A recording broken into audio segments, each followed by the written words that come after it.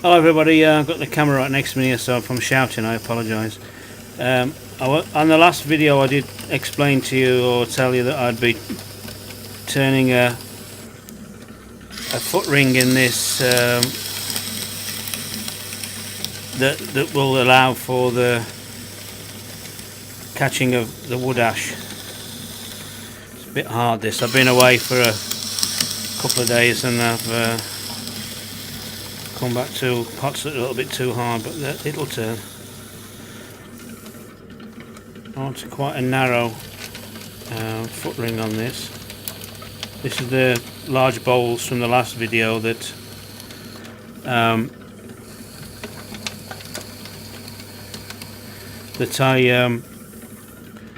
added a lot of grog to, a lot of fire clay to, so that's just a big, large chunk of fire clay there. So it's best to go a little bit slower than normal. There's all sorts of chunks of stuff in this, big and small. What I'm doing here is I'm turning a ridge. You see it there.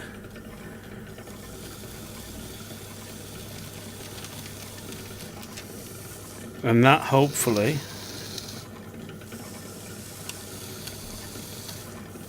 will catch the wood ash. Now I'm turning also a bit further down the body than I normally would, so I want to expose this fire clay. You can see all the chunks and bits missing out of it, so I want to expose that really.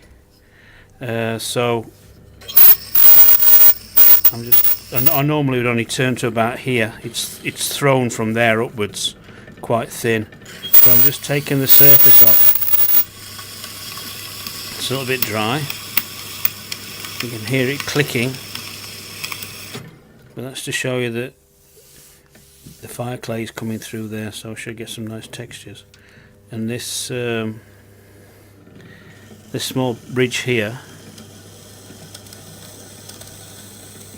I'm hoping will catch the wood ash.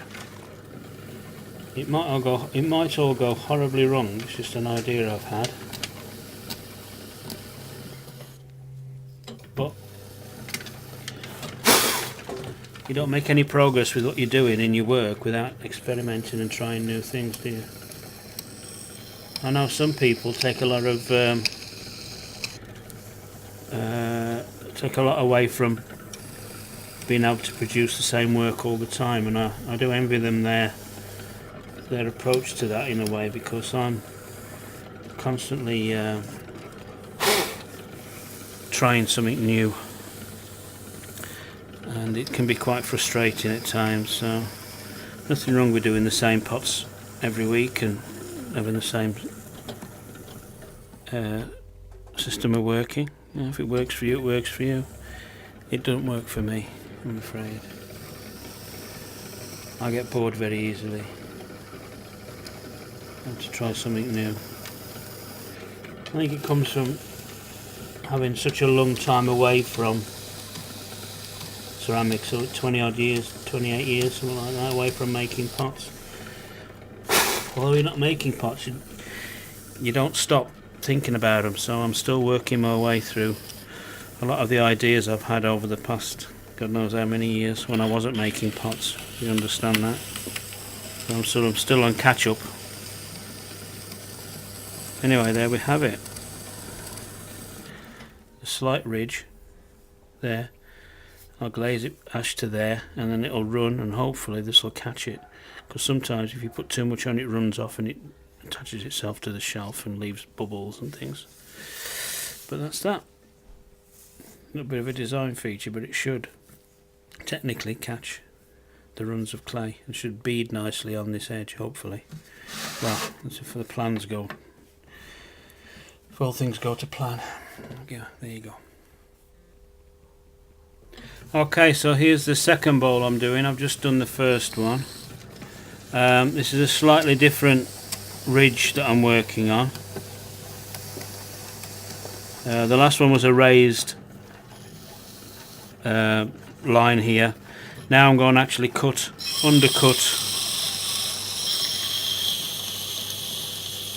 I'm going to undercut the foot ring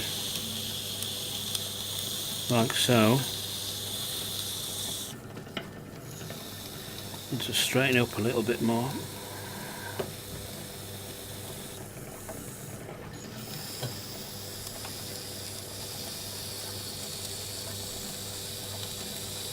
This one's a bit softer, it's turning a little bit better. It's that little bit bigger and it's took that a little bit longer to dry out. I'm just going to use this tool here to undercut this foot ring.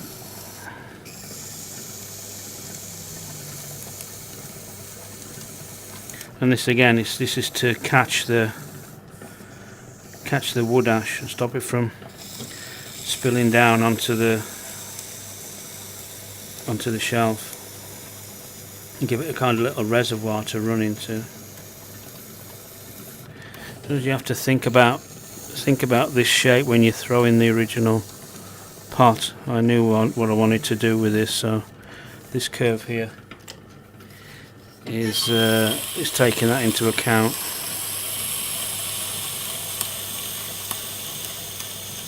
And again, you can hear the fire clay.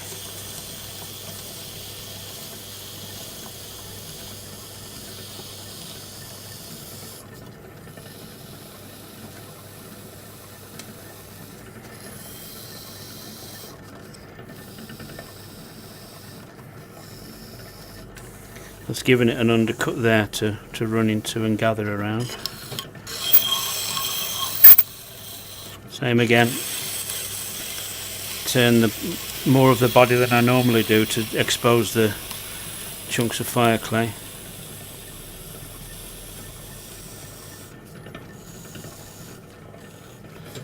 Turn the centre.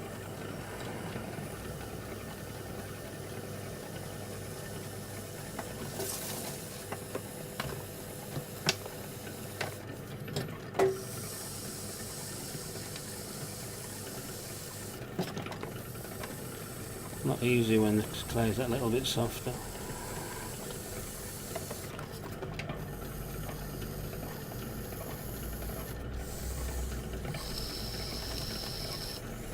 Something else I've started to do is to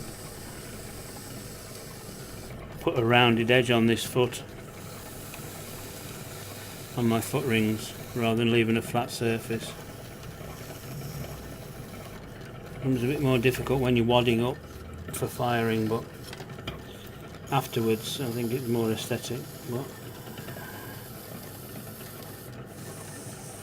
you just have to burnish it a little bit with your finger.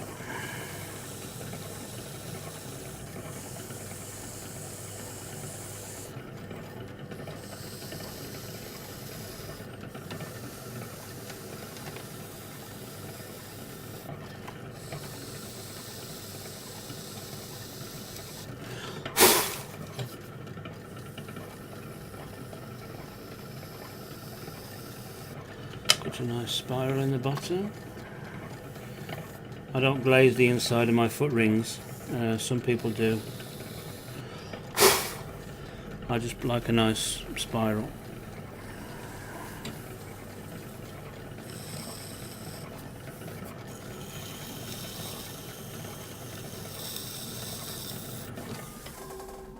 There you have it. It should catch quite a bit of wood ash there. I've had a few stick to the shelf.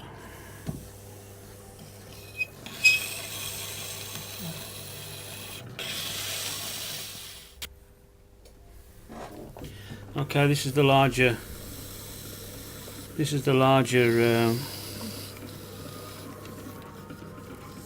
bowl that I did. Largest of the three. It's actually on a raised bat. I can't get my elbows down onto the wheel tray to steady them, so I'm having to sort of tuck my elbows in a little bit.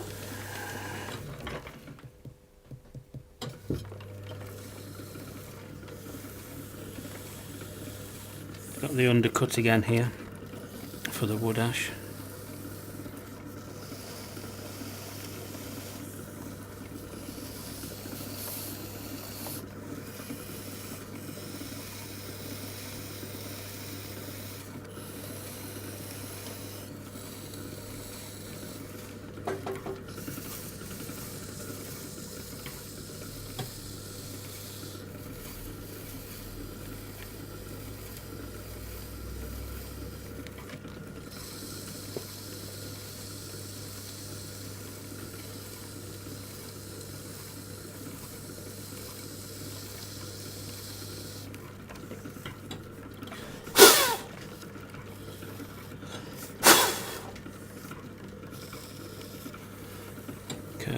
Curve the rim again.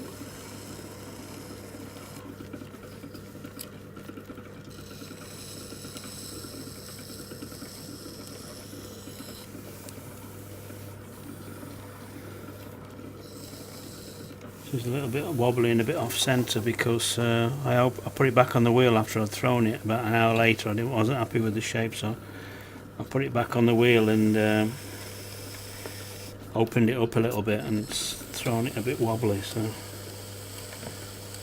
but it's not a problem. I like wobbly pots.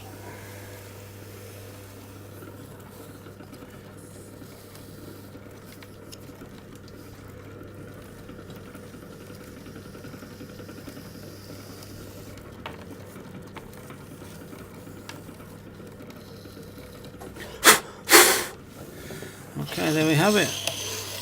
Take a bit of the surface off this.